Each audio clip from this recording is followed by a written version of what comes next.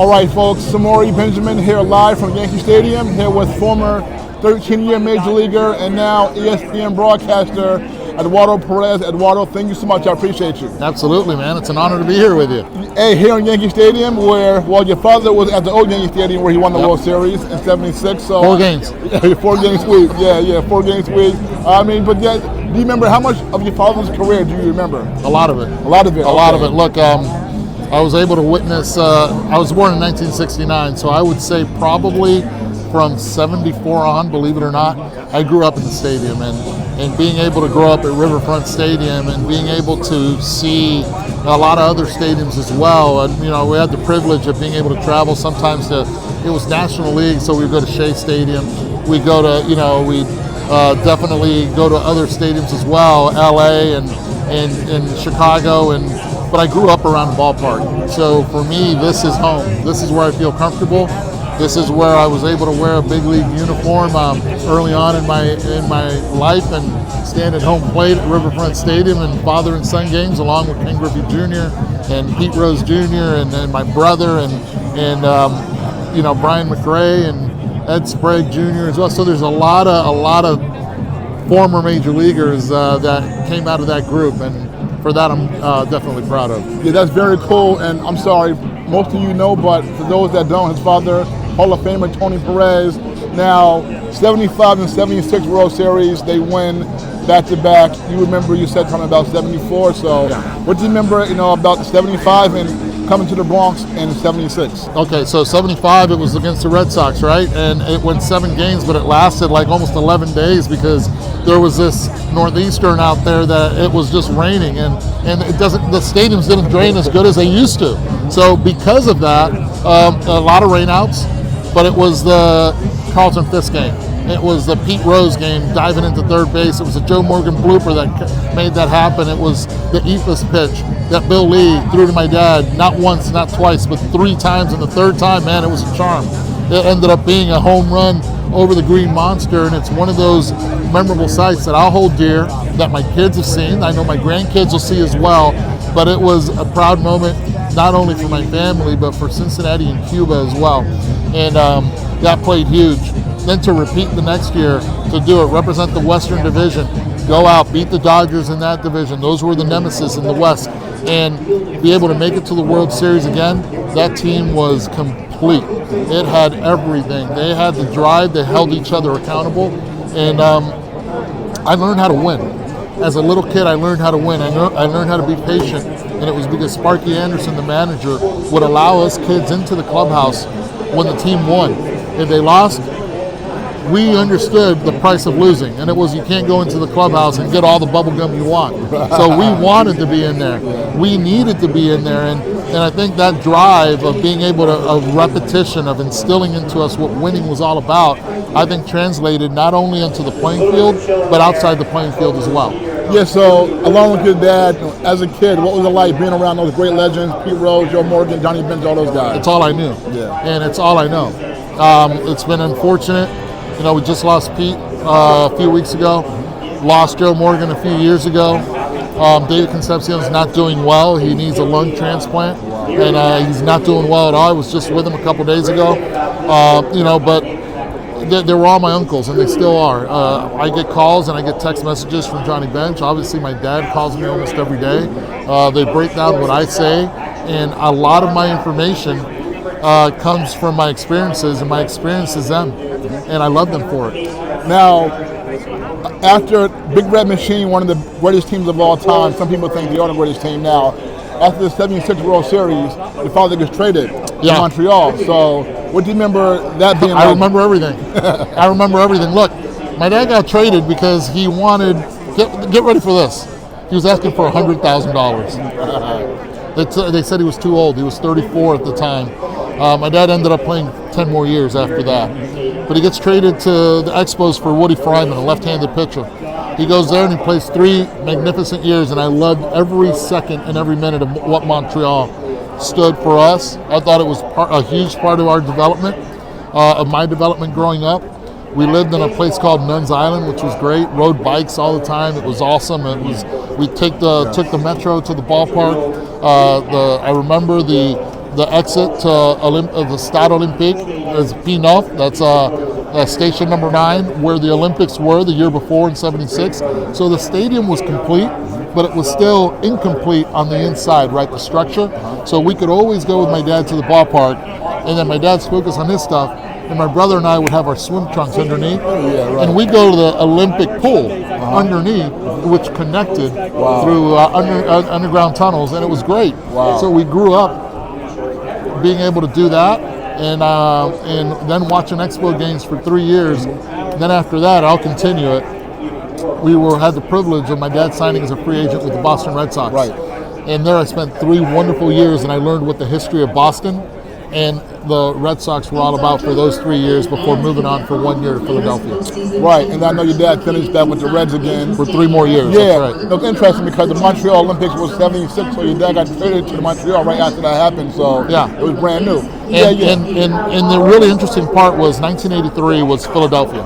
Yes. And that's 1 year, but that's probably the biggest year of my baseball career. Okay. And it started because Pete Rose taught me, because it was the first year we were able to sit on the bench during Major League game. I was 13 years old, and my job was to look at pitchers' tendencies, when they threw the pitches, why they threw it, maybe if they were tipping or doing anything. And there, Pete Rose taught me a lot, and from there I was able to move on and actually use that as a craft later on in my career. Right, and so your father was a part of the '83 World Series. They lost to Baltimore, but what do you remember about that World Series? I remember it vividly. If you look at the replays, and when you see that when the Phillies lost to the Orioles and they had just won it, everybody goes and celebrates. You see Cal Ripken, you see everybody celebrating, and I'm actually in the background sitting in the steps of the dugout of the vet, sitting in the steps, watching a big league World Series championship celebration from the opposing team. So I was there, I witnessed it completely. I remember really cool, Tug McGraw was part of the team, Al Holland was a part of the team. Tug McGraw's son, which everybody knows for being a country music singer, right? I hung out with him all the time. So all these things are, it just comes around and you don't take it for granted. But that year was special because I was able to wear a big league uniform on the field and be able to be a part of a big league squad as a ball boy. Nice. So that was really cool. Nice. Now, Aaron Boone's dad was gone by that time, right? Yeah, he was gone by that time. With California Angels, okay. Yeah. Now, yourself, were you raised? You played high school baseball in Puerto Rico? I went to high school in Puerto Rico. My brother is 3 years older than I am, so once he got into high school, we would always, as soon as school started, go back to Puerto Rico. Okay. And there I played a lot of basketball. I played a lot of tennis and basketball. And baseball, did not play much of it because we didn't have a baseball field, and it wasn't really high school's baseball wasn't really a big thing. Really in we Puerto had Rico, to play really? a little bit internally into the island. Wow. So I didn't play much baseball until I decided to go to some batting cages. But before that, I actually went to high school for a semester in Miami. Okay. To go play baseball. I wanted to play basketball. They said there was no room.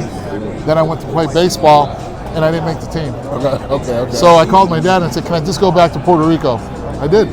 Went back to Puerto Rico, went to some batting cages, and this kid by the name of Josval Acevedo, I'll never forget his name, asked me what team I played for. I said, "I don't have a team. We need an outfielder. What position you play?" I said, "Anywhere you want." So I went out there, played center field for that team, and 2 years later, I'm at Florida State University. Yeah, definitely. That's an amazing story. Baseball is the kind of sport where it's not easy to do, to not play for a while and then play again and then be that good, because it's such a game of skill and repetition. So, so Florida State.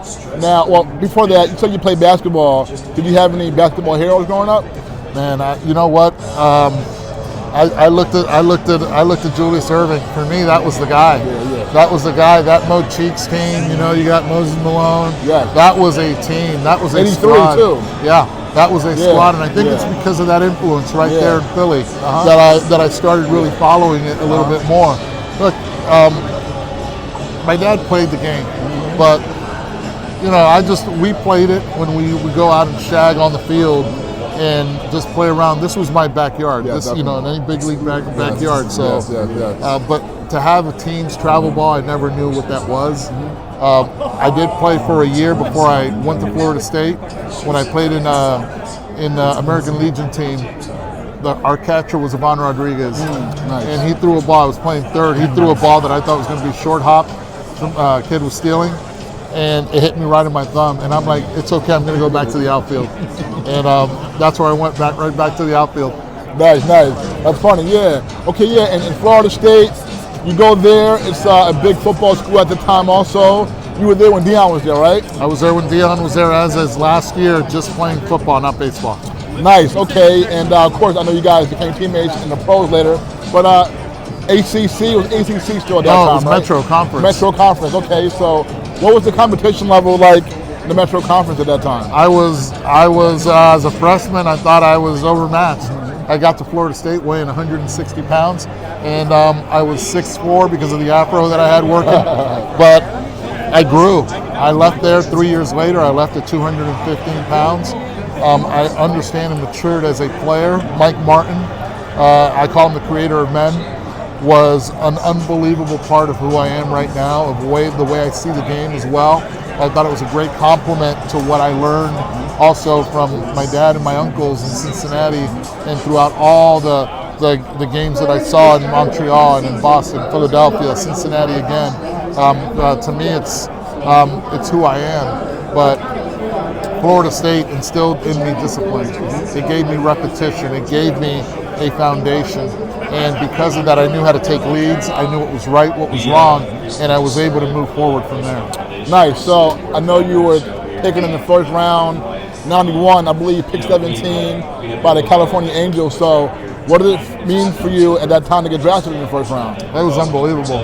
I couldn't believe it. I remember I wasn't even in the top 100 college prospects to start the year, let alone there was 100 high school prospects. So for me to even get drafted, if they would have said you're getting drafted in the 20th round, right, I would have been like, I'm getting drafted in the 20th round. Yeah. But Peter Gammons, the great Peter Gammons, the Hall of Famer, had a Diamond Notes on ESPN. Remember those? Yeah, hell yeah. Remember those in the Sports Center? Yeah.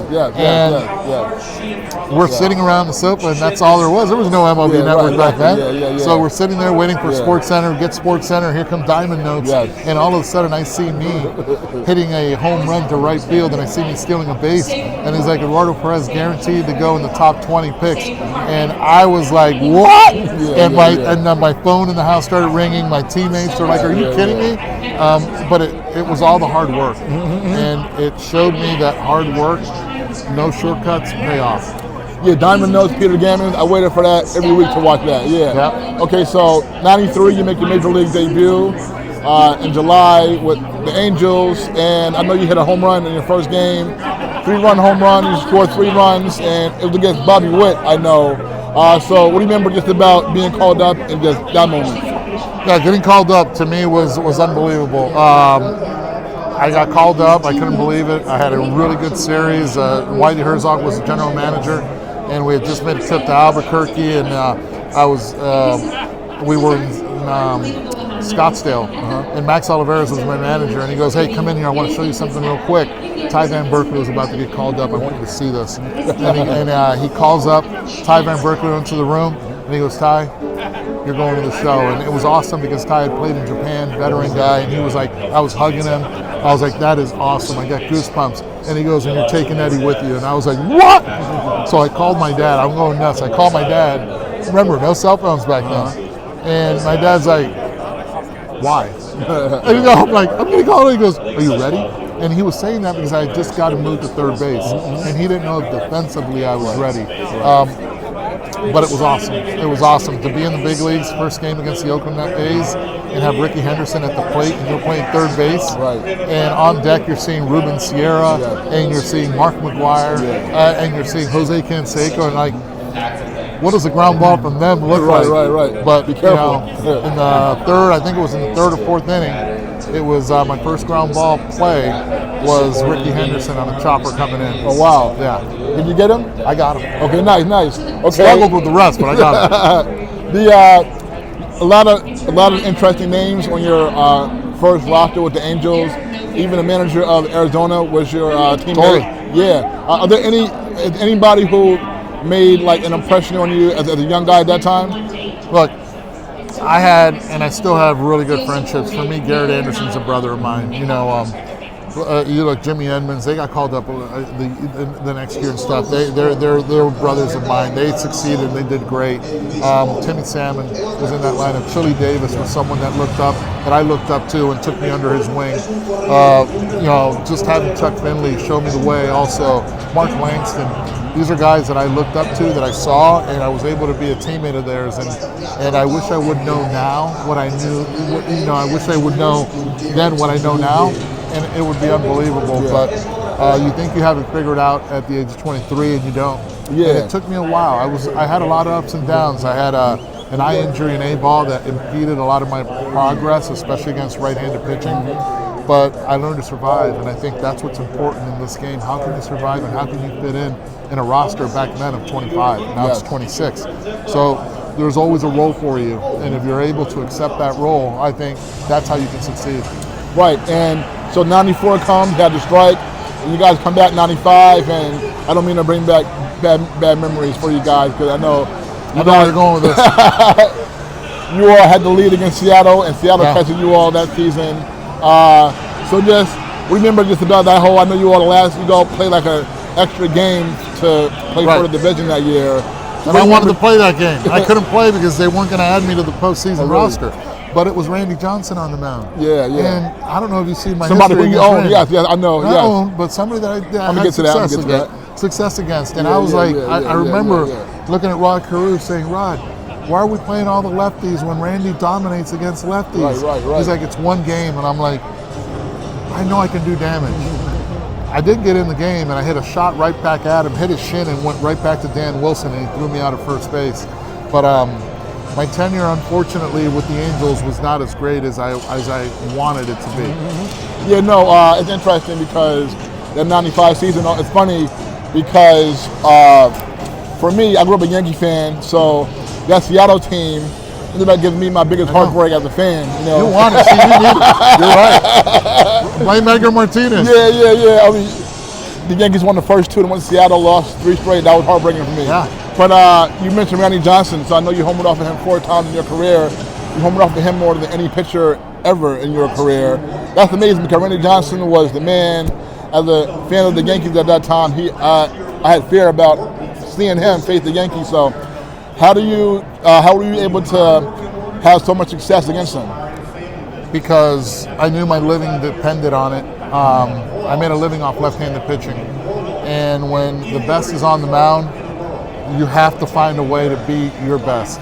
And I learned early on to be able to get that. And I think it's interesting because once Tony La Russa called me when I ended up with the Cardinals, and he said, I need somebody that can dominate against lefties. And I said, I'm your guy.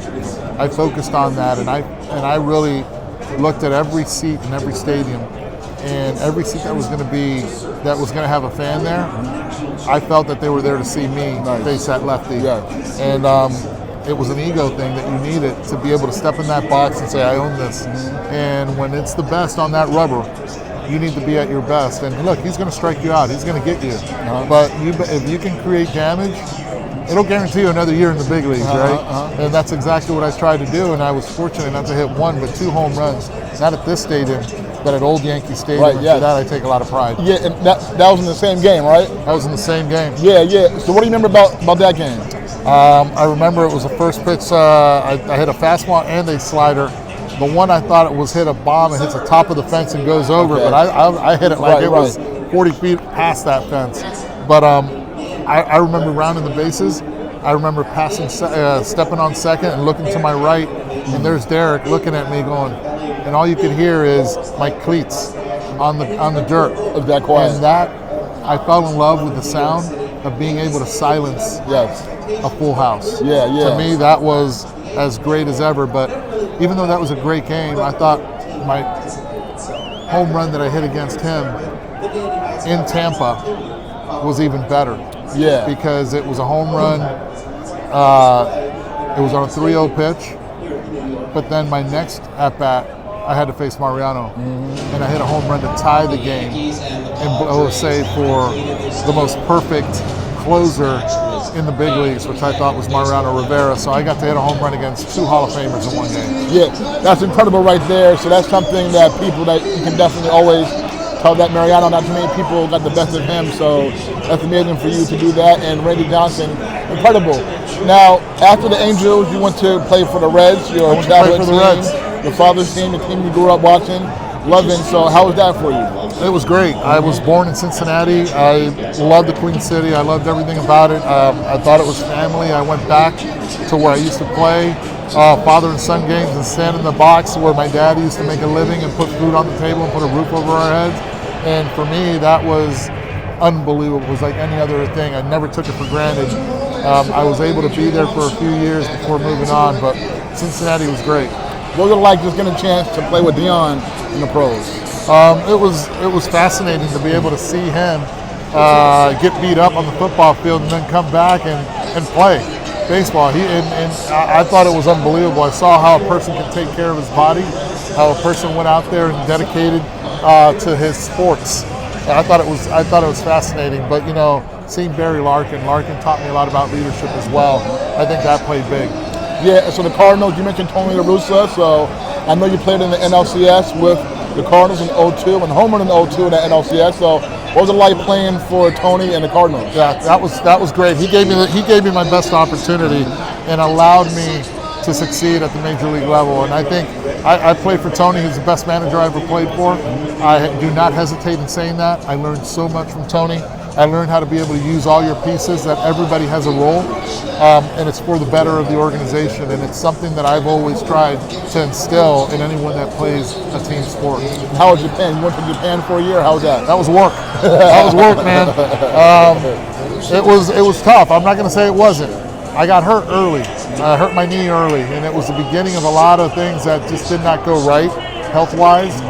Wasn't able to complete the season there, but I learned so much about discipline and how to be able to. I realized that I wasn't working hard enough, and when I got back and I got healthy, I made sure not to cheat myself again. Okay, I only got about 3 more for you. I know you got to go. I appreciate your time here. Now, you are a brilliant baseball mind. You grew up in the game around your father and your uncles and those great teams, and you played. You're broadcasting. We hear you all the time. I know you interviewed for the Mets managerial job a few years ago, but do you have any aspirations still of coaching or managing one day? I don't know. If my phone number hasn't changed in a long time, right? Since I got back from Japan in 2000. So I take it in stride. I love what I do, but I love the game. I love the game. I love the people that represent part of the game, from the front office to the coaching staff to the clubhouse guys to the ushers. This is the part of baseball that I really, really love, and to be able to be a part of it as a broadcaster, phenomenal. Yes. To be able to inspire people to do it, phenomenal. I'm never going to say no to that. I'll consider it. My kids are now grown and they're in college, and my wife and I were bird launchers, not empty nesters. Nice. And I think we see it as, if there's something happens, there's an opportunity for us, we have to go out and maybe look at it as a family and decide. Okay, last 2. Who's the most talented player you've ever played with? Most talented baseball, athletic, you mean? Just the most talented player. The most talented and athletic and gifted player I've ever played for, 2 guys. Bo Jackson and Deion Sanders. Bo Jackson and Deion. Okay. Yeah. So when did you play with Bo? Angels. Yeah, That's right. Angels. Yeah, Play with him. That was after he had the hip. Yeah, I know. Yeah, but he was so gifted. Right. So gifted. Yeah. Yes. Okay. That's 2 great ones. Deion and Bo. And last one. So playoffs here, down to the Final 4. 2 New York teams: LA Dodgers and Cleveland. So, just how do you just analyze the landscape and what's going on right now? 2 different teams that win in different ways, right? One team beats you on slug and starting pitching, and lately it's been their bullpenning as well. But it's via slug. The other team beats you with great base running, with contact, with putting pressure on the defense, with the bullpen. It's not much about the starters, it's about the bullpenning. And it works in a regular season. But in a best-of-7 series with only 2 days off in between, it's a little challenge for the team that puts the ball in play, that doesn't hit for a lot of power. So they need their power guys, that's 3 and 4, and that's Naylor and that's Ramirez, to be able to come through for them. If they don't, we might see the same outcome that we saw in Game 1. But the New York Yankees this year are in the best position they've been in a long time to get to the World Series. No doubt, no doubt. All right, so Eduardo Perez, thank you so much. It's been a pleasure. Like I said, I watched you when you were playing. I've been watching you on TV for years, and I know the history of your great father, Hall of Famer Tony Perez. So, folks, Eduardo Perez, ESPN, former 13-year Major Leaguer, thank you so much. I appreciate what you do, man. Thank you. You did your homework. Appreciate you. All right, folks, we're back.